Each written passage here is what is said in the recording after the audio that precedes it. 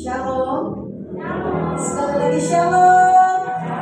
Selamat sore Bapak Ibu Saudara terkasih dalam Tuhan. Sore hari ini kita bersyukur. Oleh karena kemurahan Tuhan kita boleh ada di tempat ini. Kita mau datang kepada Tuhan dengan hati yang bersyukur. Dengan kerinduan kita. Tuhan Allah kita, Dia menanti-nantikan pujian kita pada saat ini. Dia ada di tempat ini Bapak Ibu Saudara terkasih, dan Dia siap untuk menyambut pujian kita. Mari datang dengan penuh ucapan syukur. Mari datang dengan ketulusan hati kita. Mari datang dengan penuh kerinduan, sebab Dia Tuhan Allah kita. Dia merindukan saya dan saudara. Telinganya sedang mendengarkan kita. Matanya sedang tertuju kepada kita. Haleluya. Haleluya.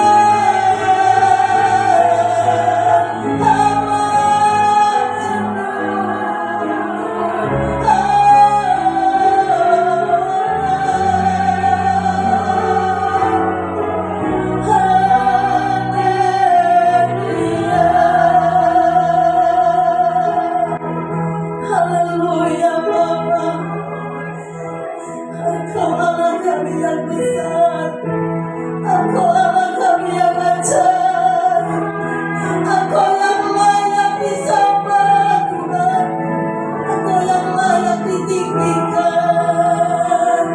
Haleluya. Kemuliaan-Mu Bapa, kemuliaan-Mu Tuhan. Haleluya. Glory bagimu ya Tuhan. Terima kasih Bapa, terima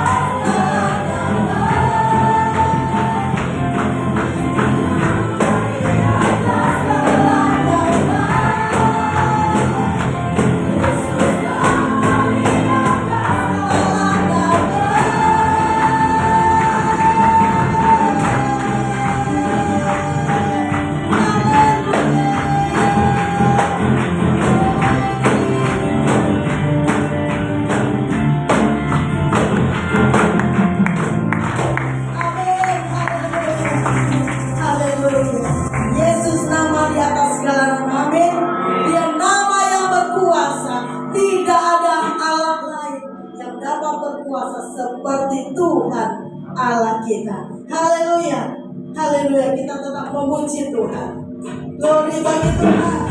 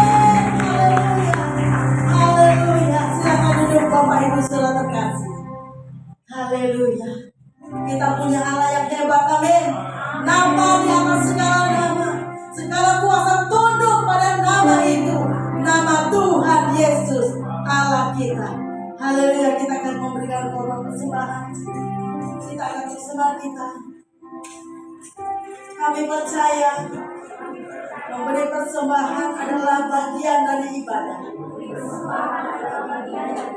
Dengan memberi persembahan, kami memuliakan Tuhan dengan harta kami. Kami mau memberi dengan sukacita dan hati yang bersyukur. Dalam nama Tuhan Yesus. Amin. Haleluya.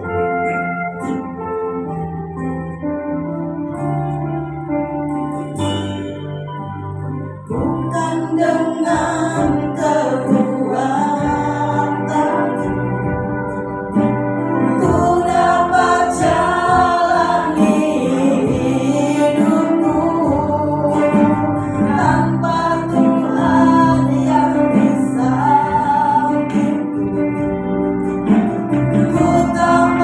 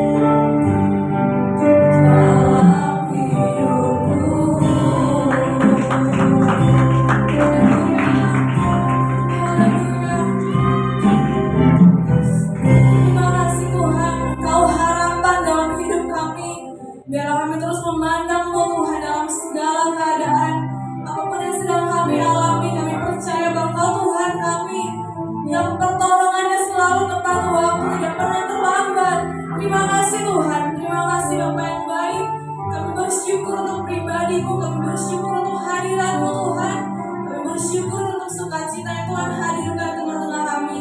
Kami siap untuk lebih lagi dengan Tuhan. Kami akan bersama-sama belajar firman-Mu. Kami mohon roh hikmat dan pengertian bagi kami semua, untuk kami mengerti kebenaran firman-Mu yang akan sama-sama kami pelajari pada malam hari ini. Berfirman-Lah ya Tuhan, dalam nama Tuhan Yesus. Haleluya. Amin. Silakan duduk kembali Bapak Ibu Saudara. Puji Tuhan, Shalom Bapak Ibu. Bersyukur karena anugerah Tuhan kita boleh ada sampai saat ini. Apapun yang sedang kita alami, kita percaya bahwa Tuhan kita sangat baik. Tuhan kita selalu baik. Puji Tuhan, kita sedang berada di minggu-minggu sengsara. Kalau dalam tahun-tahun gereja, menurut budaya gereja, tahun gereja itu artinya perayaan gerejawi. Kita sedang berada di minggu sengsara. Minggu sengsara itu maksudnya bukan kita yang sengsara, tapi kita memperingati hari-hari terakhir waktu Yesus mau disalibkan. Baik Bapak Ibu Saudara, kita akan bersama-sama belajar firman Tuhan pada malam hari ini dengan judul fokus pada masalah versus fokus pada Kristus. Fokus pada masalah versus fokus pada Kristus. Kita berada di musim atau di tahun yang disebut dengan tahun badai ekonomi, resesi. Itu diungkapkan oleh ahli-ahli ekonomi dunia. Dan itu benar, kita bisa melihat banyak yang di PHK, perusahaan-perusahaan tutup, dan sebagainya. Dan secara manusia, ini adalah hal yang menakutkan, bukan? Ini adalah hal yang menakutkan. Ya, secara manusia pasti ada ketakutan di dalamnya. Ada kekhawatiran. Bagaimana? Wah iya, tahun ini katanya tahun resesi. Bagaimana kehidupan saya nantinya? Anak-anak saya, rumah tangga saya, masa depan anak-anak saya, keluarga saya, bagaimana nantinya? Ini adalah respon manusiawi. Tapi kita sama-sama belajar pada malam hari ini mengenal apa yang Tuhan inginkan dari keadaan dunia seperti ini. Kita sama-sama mau belajar untuk mengenal apa yang Tuhan inginkan dari keadaan dunia yang seperti ini. Filipi 4 ayat 6 katakan, Filipi 4 ayat 6, janganlah hendaknya kamu khawatir tentang apapun juga, tetapi nyatakanlah dalam segala hal keinginanmu kepada Allah dalam doa dan permohonan dengan ucapan syukur. Janganlah hendaknya kamu khawatir tentang apapun juga. Jangan khawatir tentang apapun juga di tengah keadaan dunia yang seperti ini. Kita diingatkan oleh firman Tuhan, janganlah hendaknya kamu khawatir tentang apapun juga. Melainkan kita mau berfokus kepada Kristus. Kita mau berfokus kepada Kristus. Dalam Mazmur 32 ayat 8, Mazmur 32 ayat 8, 32 ayat 8. Aku hendak, kita baca bersama-sama. 1, 2, 3. Aku hendak mengajar dan menunjukkan kepadamu jalan yang harus kau tempuh. Aku hendak memberi nasihat, mataku tertuju kepadamu. Saya baca sekali lagi. Aku hendak mengajar dan menunjukkan kepadamu jalan yang harus kau tempuh. Aku hendak memberi nasihat, mataku tertuju kepadamu. Ini adalah nyanyian Daud. Daud menggambarkan betapa Allah ingin mengajar dan memberi petunjuk kepada kita. Aku hendak mengajar dan menunjukkan kepadamu jalan yang harus kau tempuh. Aku hendak memberi nasihat, mataku tertuju kepadamu. Ini adalah gambaran ungkapan dari Daud tentang Allah yang ingin mengajar anak-anaknya. Tuhan yang ingin mengajar murid-muridnya. Seperti Keadaan kita misalnya kalau dalam kelas di sekolah kita di tempat ini, kalau kita lagi di kelas, kita mau menjelaskan sesuatu, tentunya kita butuh yang namanya fokus dari anak-anak. Kita sudah fokus ke mereka, tapi mereka tidak fokus sama kita, ya tidak bisa sampai materinya. Akhirnya kami pasti menarik perhatian anak-anak. Anak-anak semuanya diam. Anak-anak semuanya lihat kumisnya.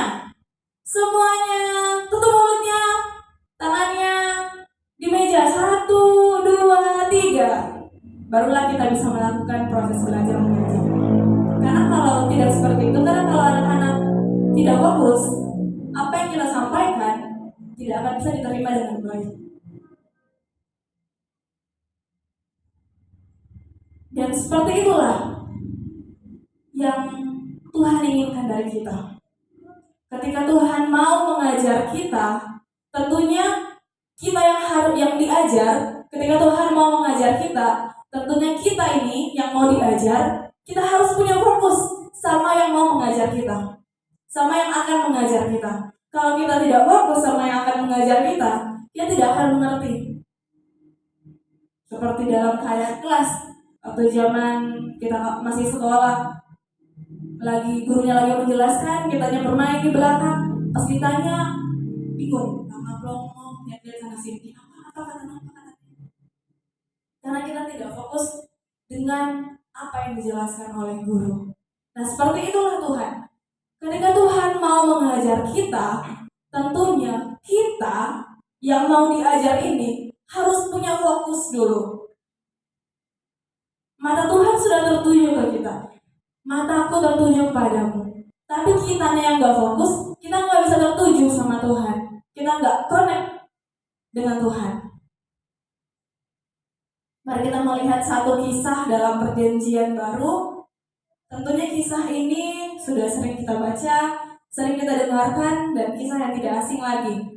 Matius 14 ayat 24 sampai 33. Kita buka Alkitab kita dalam Matius 14. Matius 14 ayat 24 sampai ayat yang 33. Kita baca secara berganti-gantian, mulai dari ayat yang ke-24, dimulai oleh saya dan Bapak Ibu ayat 25, dan selanjutnya sampai ayat yang ke-33 secara bergantian. Perahu murid-muridnya sudah beberapa mil jauhnya dari pantai, dan diombang-ambingkan gelombang karena angin sakal.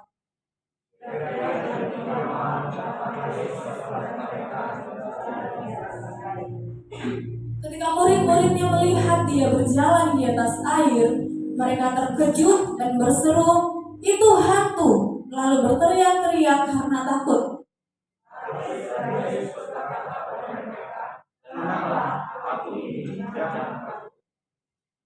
Lalu Petrus berseru dan menjawab dia, "Tuhan, apabila Engkau itu, suruhlah aku datang kepadamu berjalan di atas air."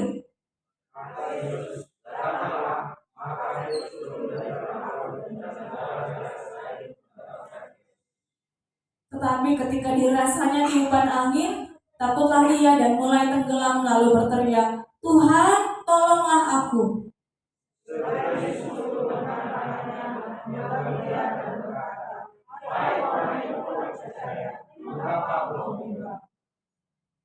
Lalu mereka naik ke perahu dan angin pun redalah.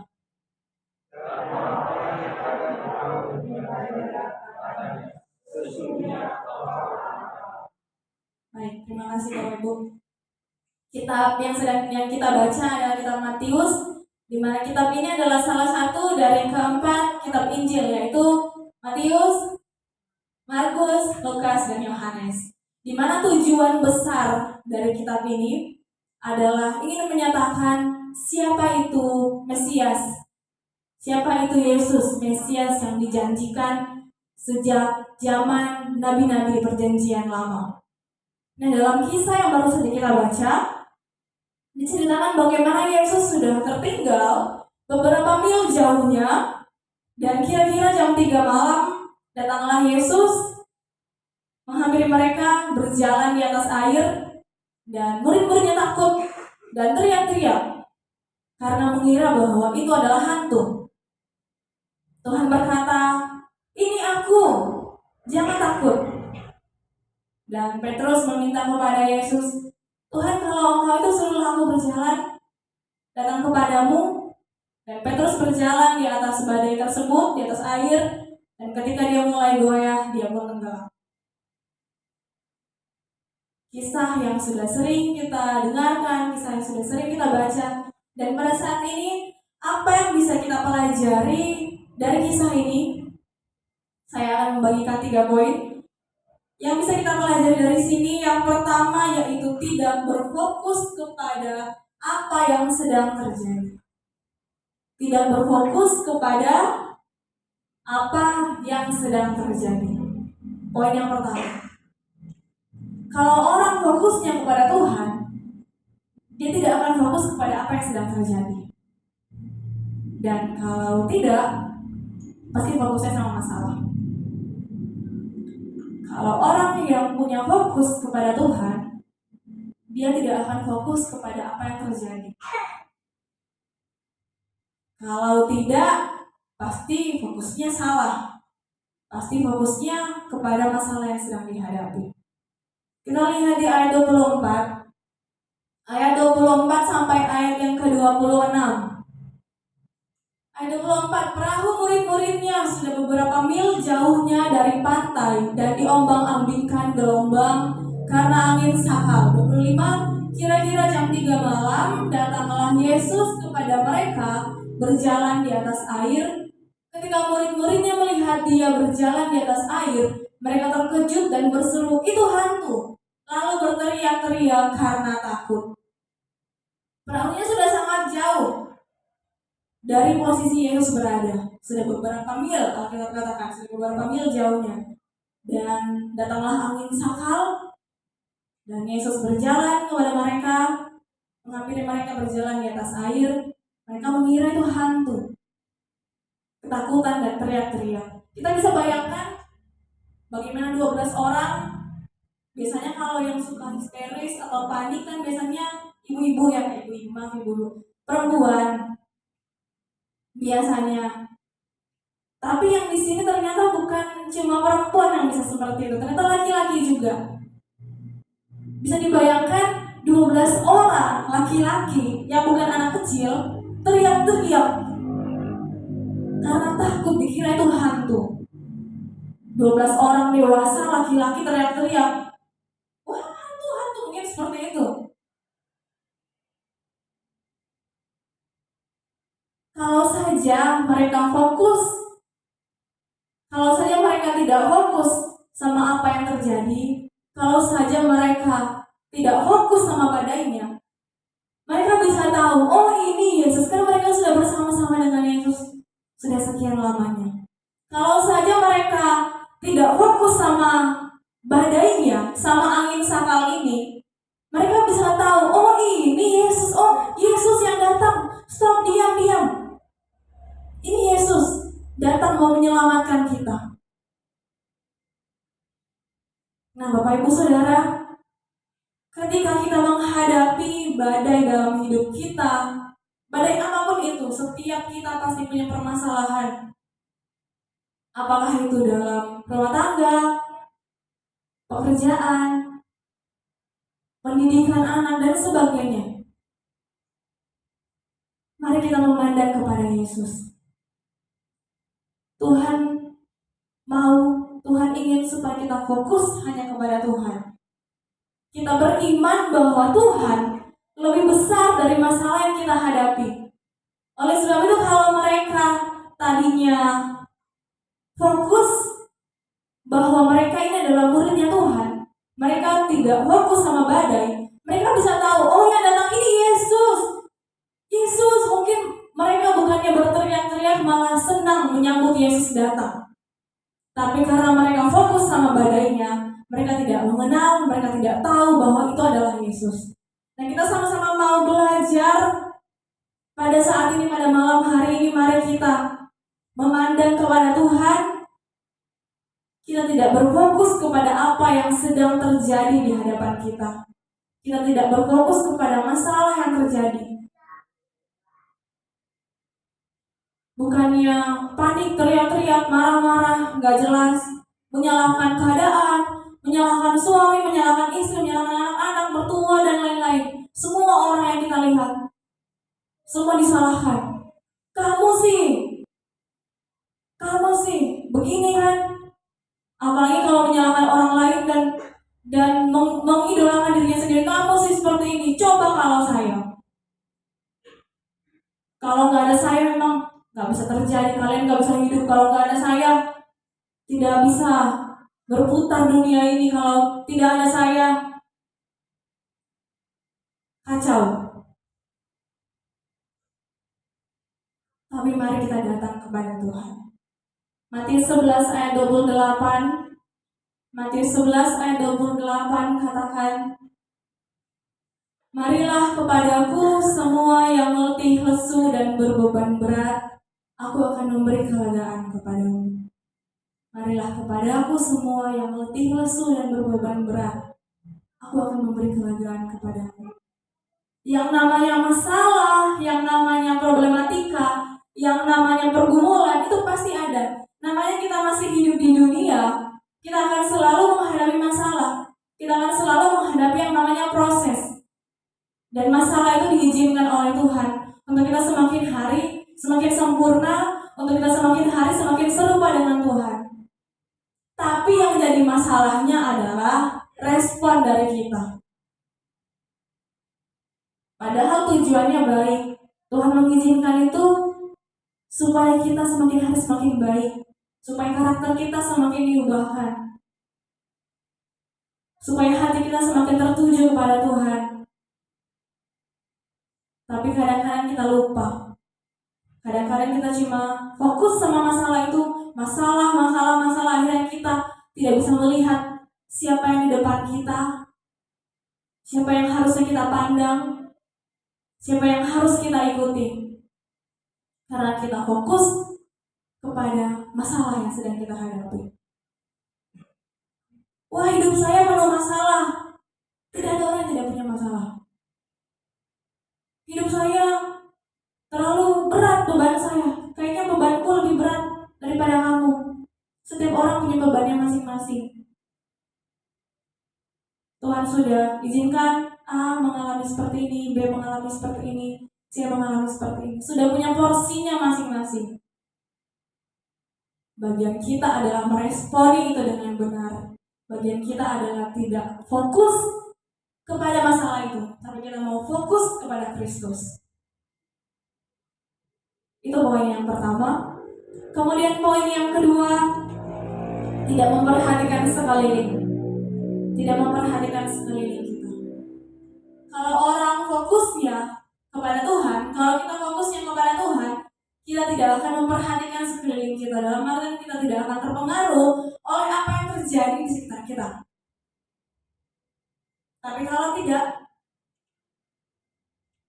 kalau kita justru terpengaruh sama keadaan sekeliling kita, berarti fokus kita kepada masalah. Kalau kita fokus kepada Tuhan, kita tidak akan mudah terpengaruh oleh keadaan, kita tidak akan mudah terpengaruh oleh masalah. Tapi kalau tidak, berarti fokus kita kepada masalah. Mari kita lihat di ayat yang ke-30.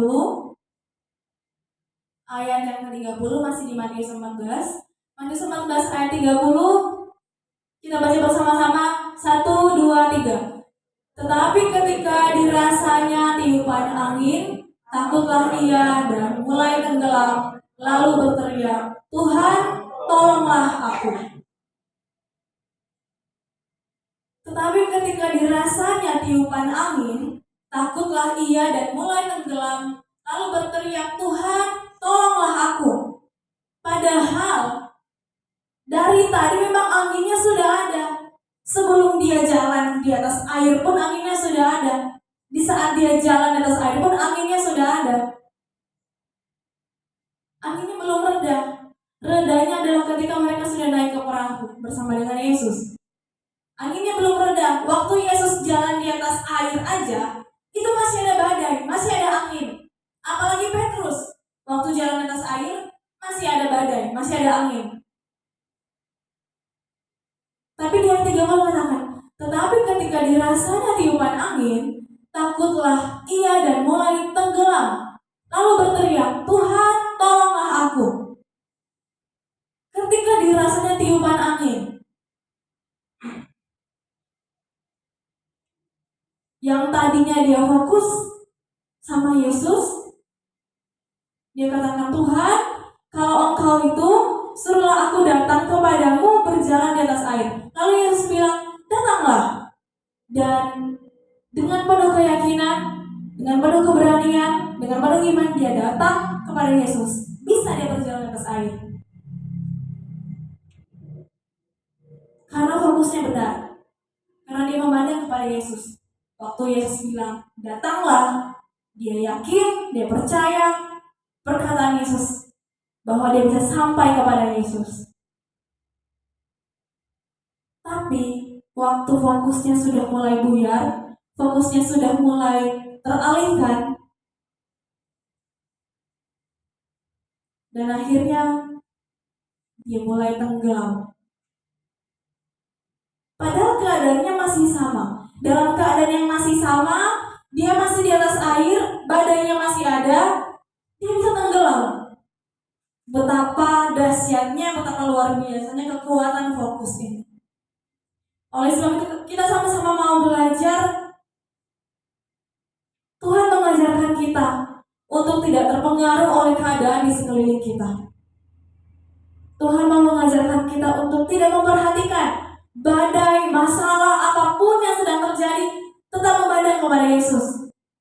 Mau itu masalah ekonomi, mau itu masalah apalagi pekerjaan, masalah mungkin anak-anak, keluarga yang lain mungkin, dan sebagainya.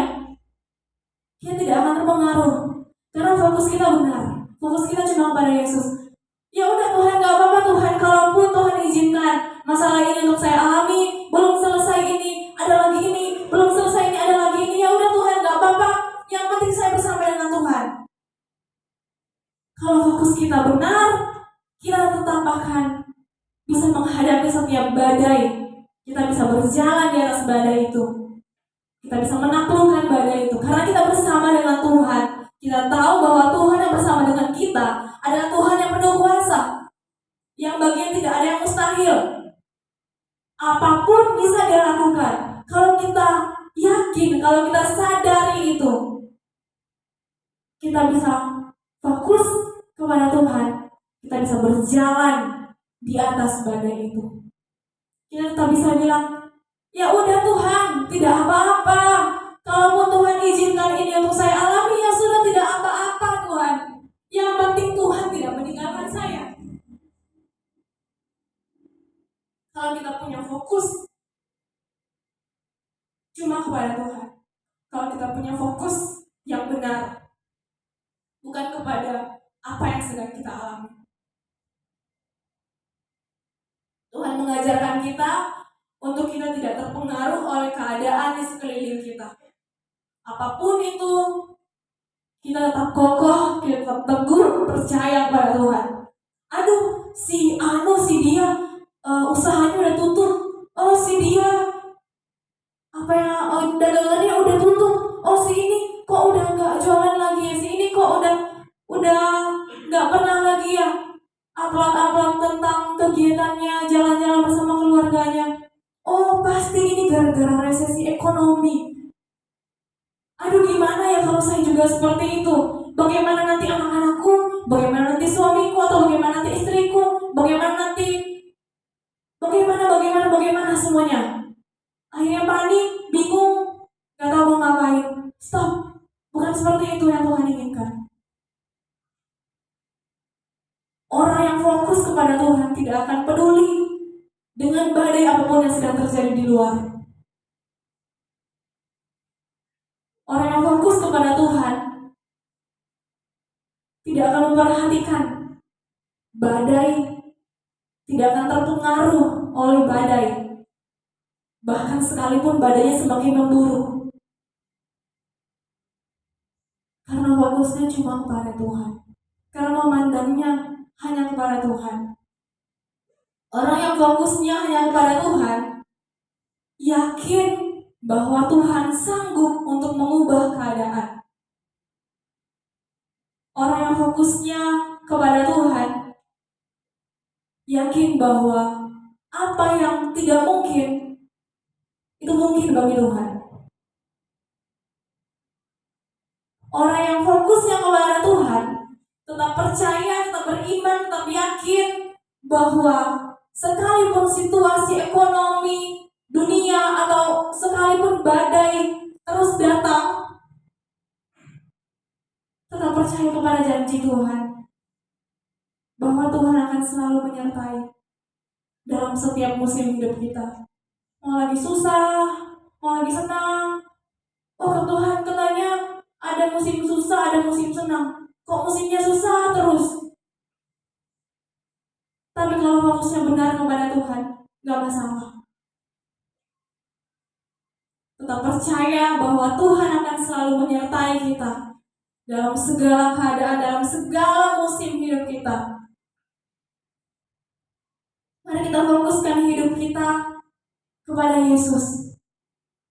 Mari kita memandang hanya kepada Yesus. Dia berjanji dia akan menyertai. Dia berjanji akan memberikan jalan keluar tepat pada waktunya. Oleh karena itu bagian kita, mari kita lakukan. Yang tidak bisa kita lakukan itu urusan Tuhan. Itu bagian Tuhan. Itu Tuhan akan kerjakan. Yang penting kita tetap fokus saja sama Tuhan. Mau itu keadaannya buruk, semakin memburuk, sangat buruk, gak apa-apa. Kita punya Tuhan yang besar. Dia yang menyertai kita. Dia memberikan kita jalan keluar tepat pada waktunya. Ketika bangsa Israel ada di padang gurun, waktu di padang gurun aja Tuhan pelihara. Di siang hari ada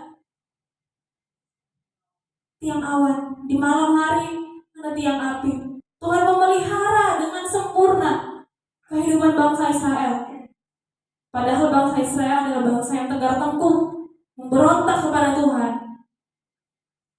Kadang-kadang kalau kita baca kisah perjanjian lama, bagaimana bangsa Israel itu keras kepala, kadang-kadang mungkin kita jengkel, ya ampun bangsa Israel ini luar biasa,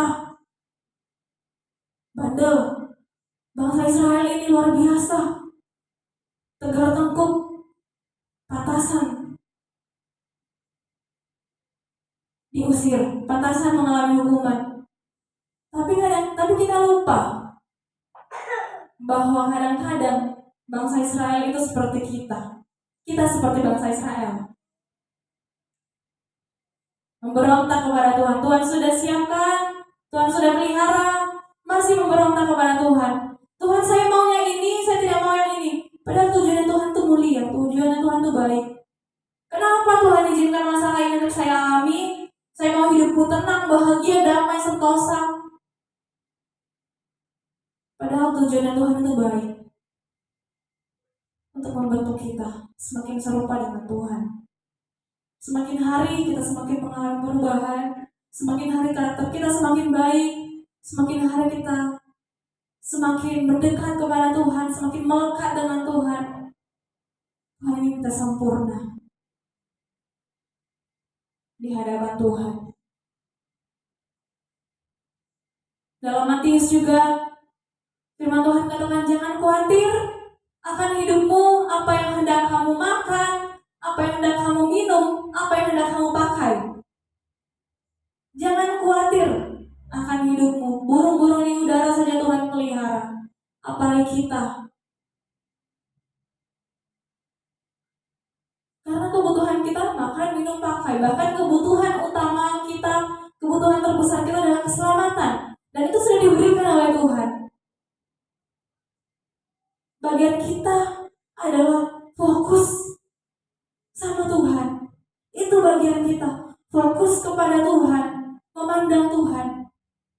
Hidup kita terjamin dalam Tuhan, hidup kita dipelihara oleh Tuhan, hidup kita disertai oleh Tuhan. Meskipun lagi susah, meskipun lagi dalam masalah, tapi Tuhan menyertai kita. Itu poin yang kedua, yaitu tidak memperhatikan sekeliling, tidak terpengaruh oleh keadaan sekeliling kita. Kemudian poin yang ketiga yaitu tidak bimbang. Poin yang ketiga yaitu tidak bimbang. Mari kita lihat Alkitab kita di ayat yang ke-31. Ayat yang ke-31, segera Yesus mengulurkan tangannya, memegang dia dan berkata, "Hai orang yang kurang percaya, mengapa engkau bimbang?" Sekali lagi kita baca sama-sama. 1, 2, 3. Segera Yesus mengulurkan tangannya, memegang dia dan berkata, "Hai orang yang kurang percaya, mengapa engkau bimbang?"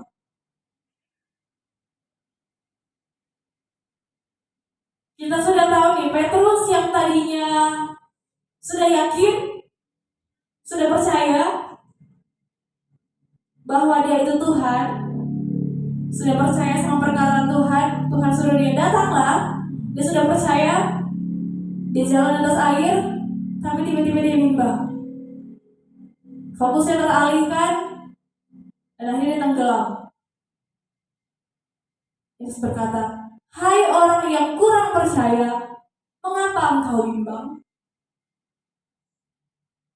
Bapak Ibu Saudara, Tuhan mengajarkan bagi kita semua pada malam hari ini bahwa mujizat bisa terjadi dalam hidup kita.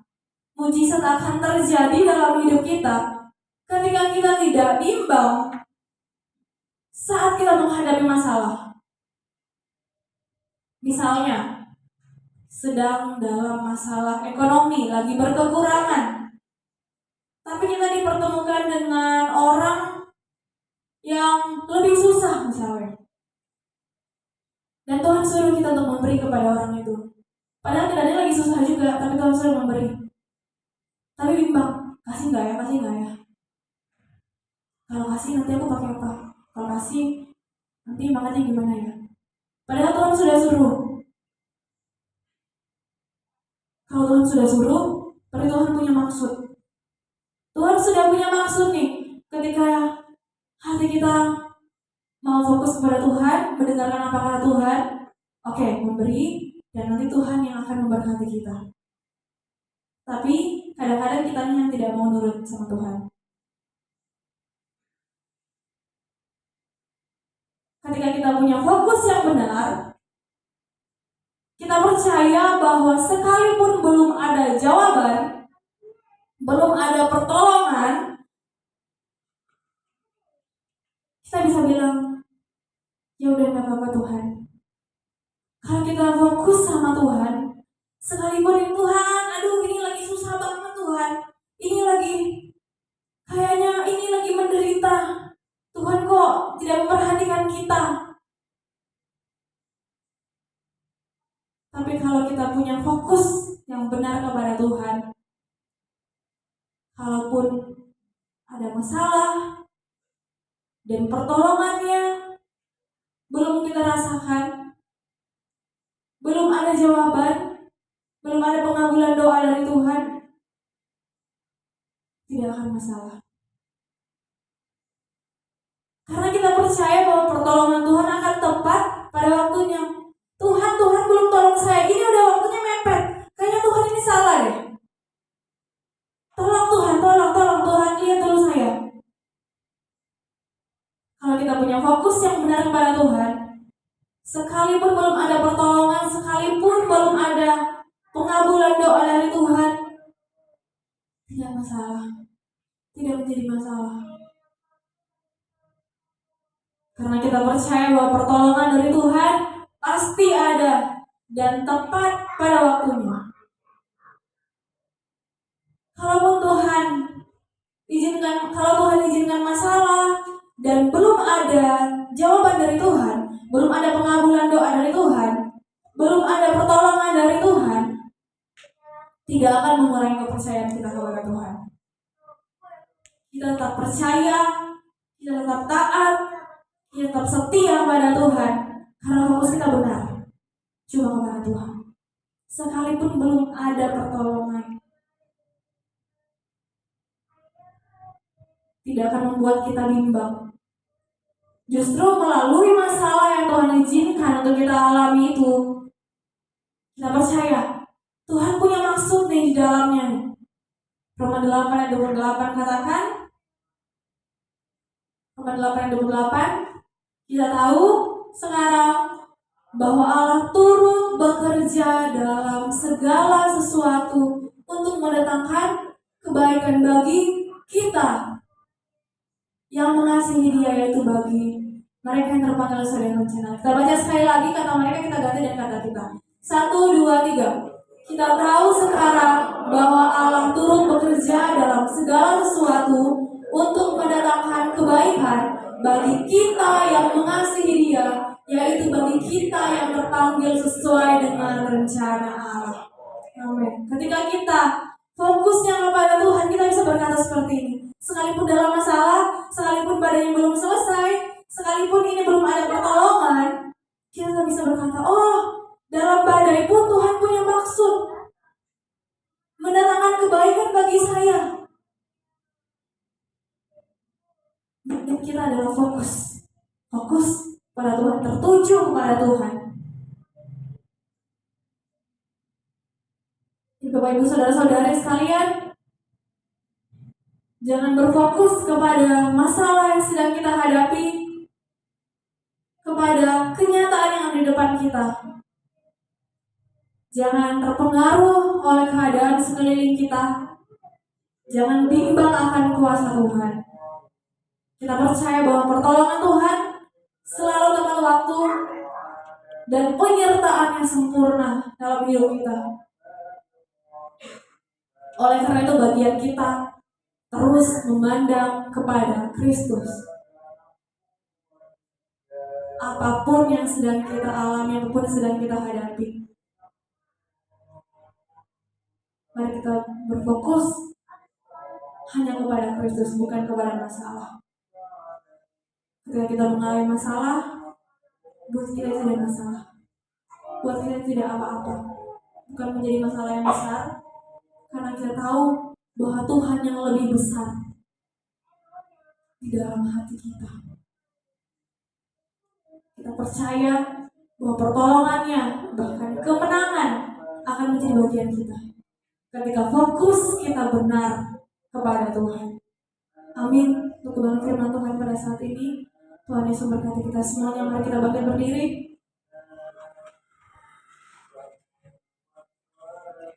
Mari kita katakan pujian, aku punya Tuhan yang besar.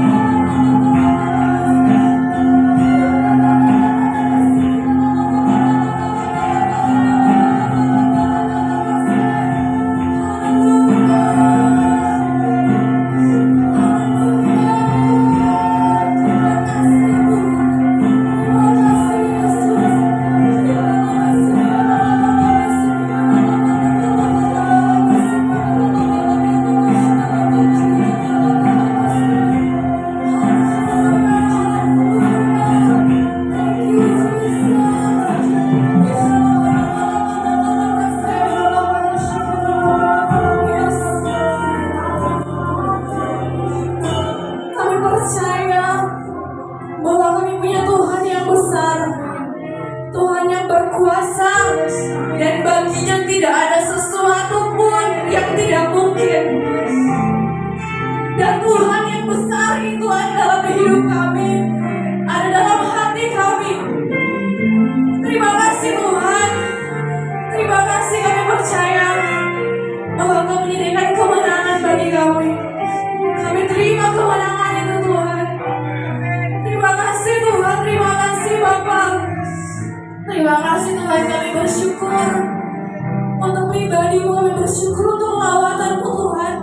Kami bersyukur untuk firman-Mu yang hadir bagi kami malam hari ini, yang mengajar kami, mendidik kami, bahkan menegur kami untuk kami terus fokus hanya kepada Tuhan, bukan kepada masalah, bukan pada apa yang terjadi di depan kami. Kami diajar oleh Tuhan untuk tidak terpengaruh akan apa yang sedang terjadi. Kami diajar oleh Tuhan untuk kami tidak bimbang, melainkan kami fokus, kami yakin, kami percaya, kami bersama dengan Tuhan dalam segala keadaan, dalam segala situasi, dalam segala musim hidup kami. Tuhan yang besar itu ada dalam hidup kami. Terima kasih ya Allah, terima kasih ya Tuhan kami, terima kasih ya Bapa kami. Kau Tuhan kami yang sangat baik. Terima kasih Tuhan untuk rencana-Mu, terima kasih untuk tujuan-Mu yang mulia dalam hidup kami. Tolong kami Tuhan, mampukan kami untuk kami terus menjadi pelaku-pelaku firman. Bahkan ampuni kami Tuhan ketika Kau dapati kami